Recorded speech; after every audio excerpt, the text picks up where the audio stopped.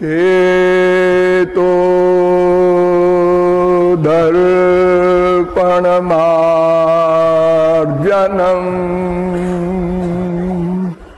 भवमहा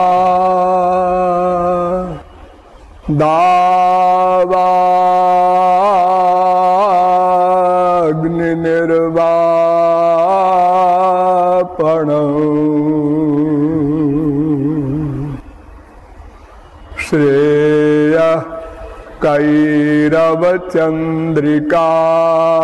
वितरणम् विद्यावधू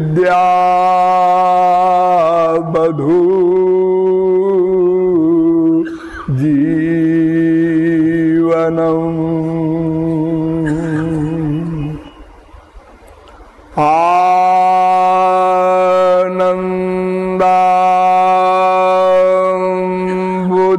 आनन्दाम्बुधिवर्धनम् प्रतिपदम्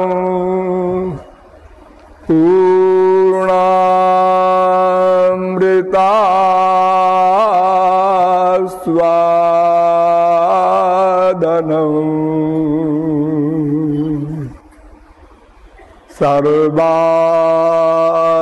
सर्वात्मस्नपनं परं विजयते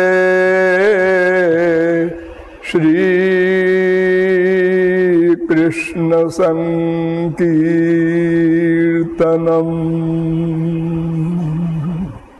नमः कमलना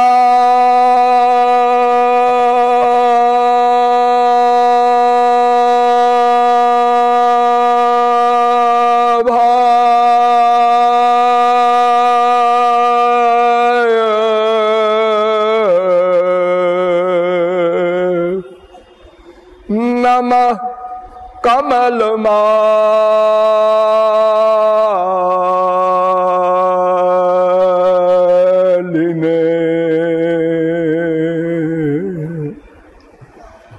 नमः कमलपादाय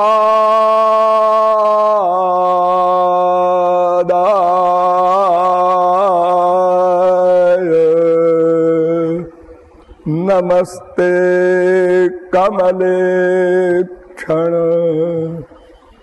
यो ब्रह्माणं विदधाति पूर्वं यो वै वेदांश्च प्रहिणोति तस्मै तग्वं हा देवमात्मबुद्धि प्रकाशं मुमुक्षुर्वै शरणमहं प्रपद्ये। वृंदारक वृंद बंद आनंद कंद सच्चिदानंद श्री कृष्ण चंद्र चरणार बिंद मकरंद मिलिंद रसिक वृंद। नियमानुसार थोड़ी देर हरिनाम संकीर्तन कर लीजिए, पश्चात कई आध्यात्मिक विषयों पर प्रकाश डाला जाएगा।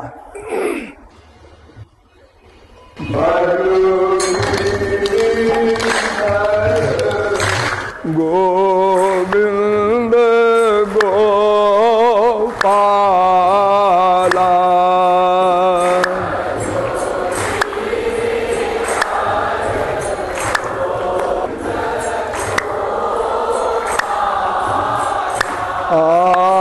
भजो गिरिधर गोविंद गोपाला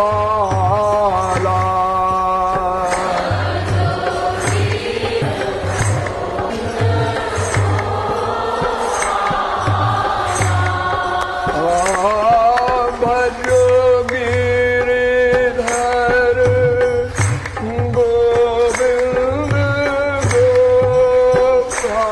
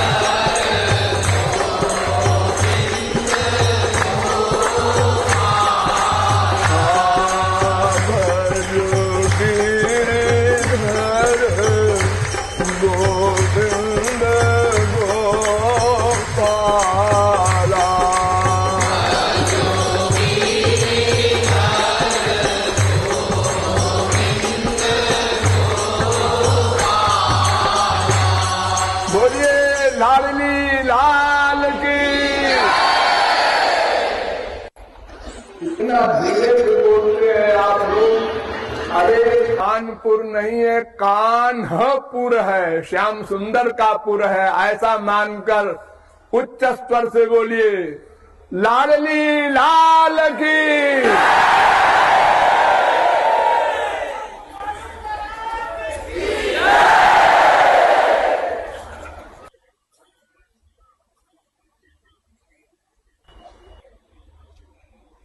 अब आप लोग सावधान हो जाएं। आज कल 2 दिन में ही मुझे अनेक विषयों पर प्रकाश डालना है, इसलिए किसी विषय को मैं विस्तार से नहीं बता सकूंगा। एक एक शब्द पर आप लोग ध्यान देंगे, ऐसा मेरा निवेदन है। मैं अभी आप लोगों ने सुना कि सन 56 में यहां बोल चुका हूं, उसके बाद भी कमला मंदिर में मैं बोल चुका हूं, उसके बाद ब्रजेंद्र स्वरूप पार्क में भी बोला हूं, किंतु बहुत दिन हो गए। जिन लोगों ने सुना होगा उसमें अब बहुत कम लोग बचे होंगे, क्योंकि मैं 82 वर्ष का हो गया।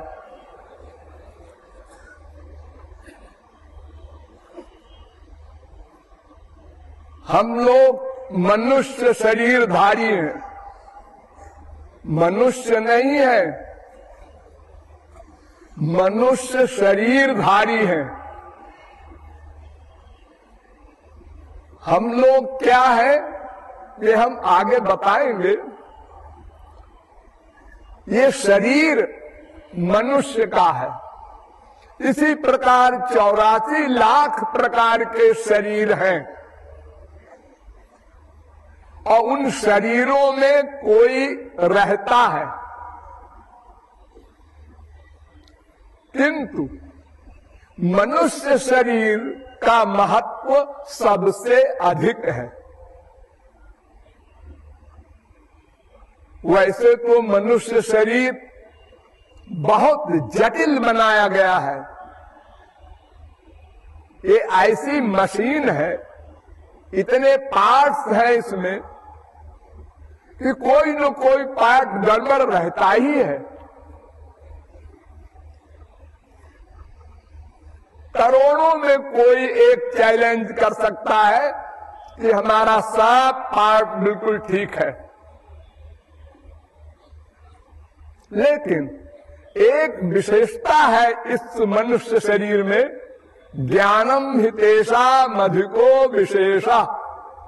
ज्ञान शक्ति मनुष्य में बहुत है और सब योनियों से अधिक है, लेकिन स्वर्ग के देवताओं से अधिक ज्ञान शक्ति नहीं है। नंबर 1 है स्वर्ग के देवताओं का, नंबर 2 है मनुष्य का। फिर मनुष्य का शरीर सर्वश्रेष्ठ कैसे? इसलिए कि मनुष्य योनि कर्म योनि है। हम इसमें पुरुषार्थ कर सकते हैं, कर्म कर सकते हैं, अपने लक्ष्य को प्राप्त कर सकते हैं, और किसी योनि में हम कर्म नहीं कर सकते। सब भोग योनि, स्वर्गलोक भी भोग योनि, नरक लोक भी भोग योनि। अस्तु, ये मनुष्य शरीर सबसे इंपॉर्टेंट है, क्योंकि हम कर्म कर सकते हैं, जो चाहे प्राप्त कर सकते हैं। इसीलिए वेद कहता है इह चेदशकद्बोद्धुम प्राक् शरीरस्य विश्रसा ततः सर्गेषु लोकेषु शरीरत्वाय कल्पते। अरे मनुष्य शरीरधारियों, कान खोल कर सुनो, इसी मनुष्य शरीर में तुम अपनी बिगड़ी बना लो और तुरंत करो। तुरंत क्यों करें? इसलिए कि ये मानव देह नश्वर है, किस क्षण में छिन जाए। अगर यह श्योरिटी हो कि चलो हम 25 साल तक तो अवश्य रहेंगे ना, क्षणभंगुर है, एक सेकंड में समाप्त हो सकता है। इसीलिए प्रहलाद ने कहा, कौमार आचरेत प्राज्ञो धर्मान भागवता निहत। भागवत 7वें स्कंद के 6वें अध्याय का पहला श्लोक। तो कठोपनिषद कहता है कि जल्दी करो, इसी मानव देह में सब कुछ बना लो। दूसरे अध्याय के तीसरी बल्ली का चौथा मंत्र है। फिर केनोपनिषद कहता है, यह चेदशकद्बोद्धुम प्राक् शरीरस्य विश्रसः ततः सर्गेषु लोकेषु शरीरत्वाय कल्पते। दूसरे खंड का 5वां मंत्र। इसी मनुष्य शरीर में अपना भविष्य बना लो, अन्यथा 84 लाख योनियों में यानी भोग योनियों में भटकना होगा, बहुत दुख भोगना होगा। प्रमुख रूप से 3 प्रकार का दुख होता है, आध्यात्मिक, आदि भौतिक, आदि दैविक। आध्यात्मिक दुख भी 2 प्रकार का होता है, एक शारीरिक, एक मानसिक। शारीरिक दुख भी आप जानते ही हैं, भोगते ही हैं। आज फीवर हो गया, आज ये बीमारी हो गई, आज ये बीमारी हो गई, ये शरीर का दुख। और मन का रोग सबसे भयानक, काम, क्रोध, लोभ, मोह, मद, मात्सर्य, ईर्ष्या, द्वेष, ऐसा बीमारियां मन की हैं। ओ खरबपति है, स्वर्ग सम्राट इंद्र है, लेकिन जल रहा है, भीतर से दुखी है। ये ऐसा रोग है, मानस रोग। नंबर 2, आदि भौतिक दुख जो किसी दूसरे के द्वारा मिलता है, दुष्टों के द्वारा। और आदि दैविक दुख भी होता है, जो सर्दी गर्मी आदि से मिलता है। ये 3 प्रकार के दुखों से प्रत्येक जीव दुखी है। तो वेद कहता है कि इस दुख से छुटकारा पाना है तो तुरंत अपने लक्ष्य की ओर बढ़ो। ये वेद कह रहे हैं, पुराण भी यही कहते हैं।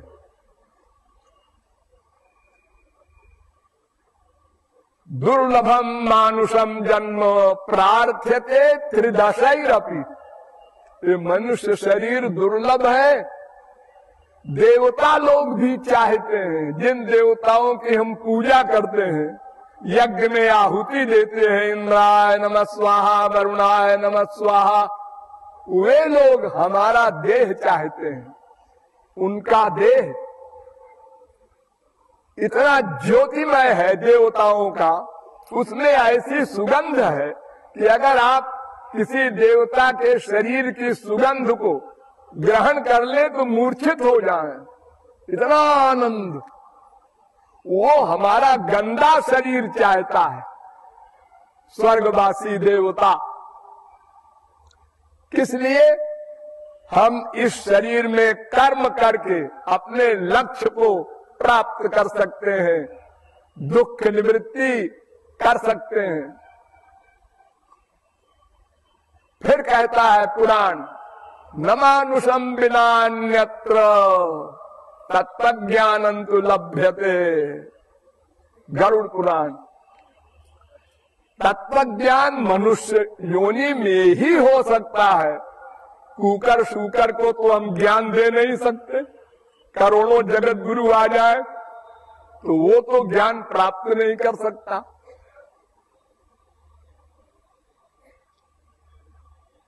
जन्मांतर सहस्रैस्तु मनुष्यत्वम भी दुर्लभम, महाभारत ये कहता है। हजारों जन्मों में भी मानव देह दुर्लभ है। हमारे बहुत से बंधु वर्ग सोचते हैं अरे फिर मिल जाएगा मनुष्य का शरीर, फिर कर लेंगे। अरे इतनी महंगी चीज है ये, जैसे कोई हीरा खरीदना चाहे तो सोचना पड़ेगा, इतना पैसा हो तब तो हीरा खरीदे। तो मनुष्य का शरीर ऐसा नहीं है कि आप मनुष्य शरीर पाने का कर्म न करें और मनुष्य का शरीर फिर मिल जाए, ऐसा नहीं है। कबहू करी करुणा नर देही, देत ईश बिनु हेतु सनेही। न था न है न होगा। निर्देह माद्यम सुलभम सुदुर्लभम, प्लवम सुकल्पम गुरु कर्णधारम, मयानुकूलेन नभस्वितेरितं पुमान् भवाब्धिं न तरेत् स आत्मः। 11वें स्कंद के 20वें अध्याय का 17वां श्लोक। इसका अनुवाद रामायण में है। नरतनुभव बारिधि कहूं बेरो, सन्मुख मरुत अनुग्रह मेरो, कर्णधार सदगुरु दृढ़ नावा, दुर्लभ साज सुलभ करि पावा, जो न तरई भव सागर, नर समाज अस पाई, सोकृत निंदक मंदमति, आत्महन गति जाए। शंकराचार्य ने बड़ा सुंदर कहा है,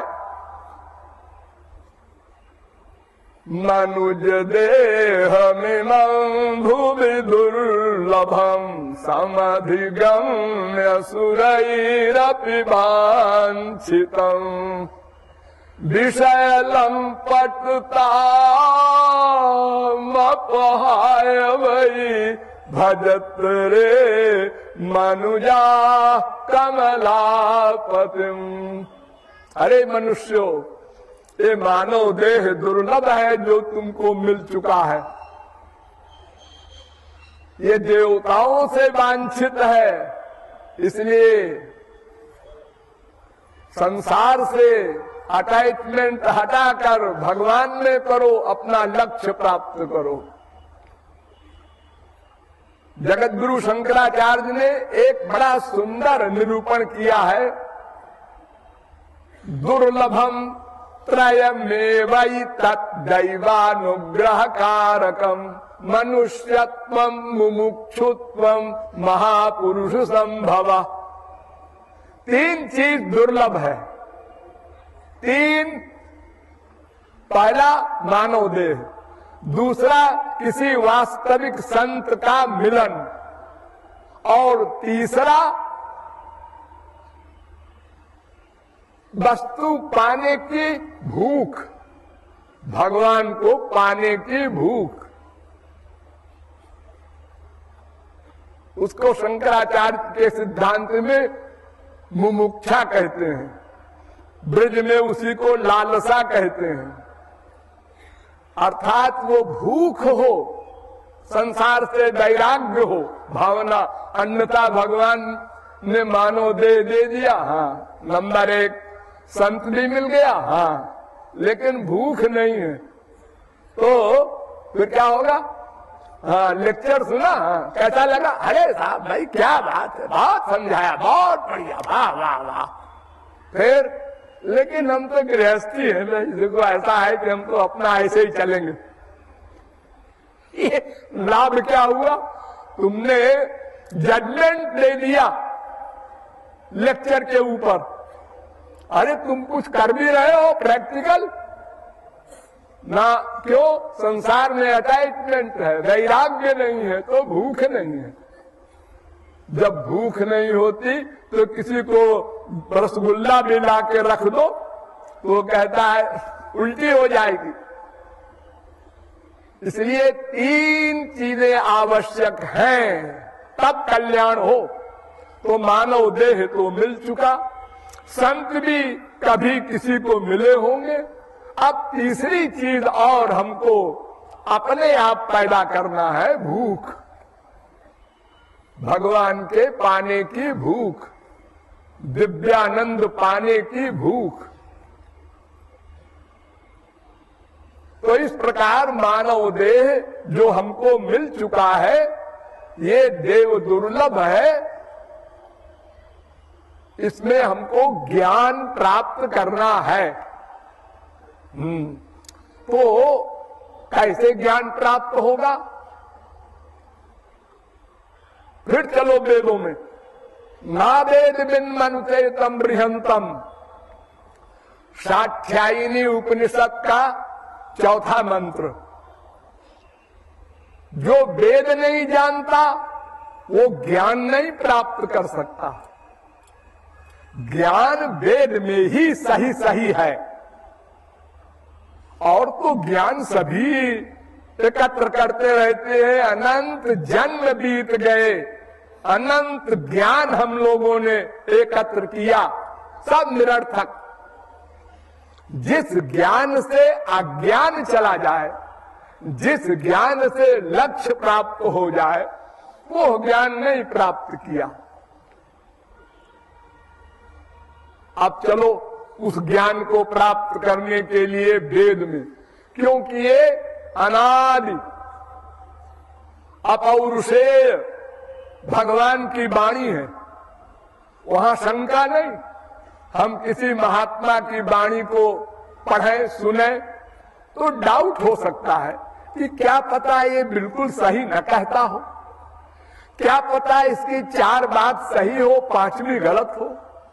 लेकिन भगवान के बारे में तो किसी को डाउट नहीं होगा। जस सर्वज्ञ सर्वविद जस ज्ञानमयं तपः, मुंडकोपनिषद, पहला मुंडक, दूसरा खंड, पहला मंत्र, ये कह रहा है भगवान सर्वज्ञ है, सर्वांतर्यामी, सर्वद्रष्टा, सर्वनियंता, सर्वसाक्षी, सर्वसुहृद, सर्वेश्वर, सर्वशक्तिमान। इसलिए उसकी वाणी में कोई डाउट नहीं। तो भगवान वेद में क्या कहते हैं? सर्वाजीवे सर्वसंस्थे बृहंते अस्मिन् हंसो भ्राम्यते ब्रह्मचक्रे पृथगात्मानं प्रेरितारञ्च मत्वा जुष्टस्ततस्तेनामृतत्वमेति। श्वेताश्वतरोपनिषद पहले अध्याय का 6वां मंत्र।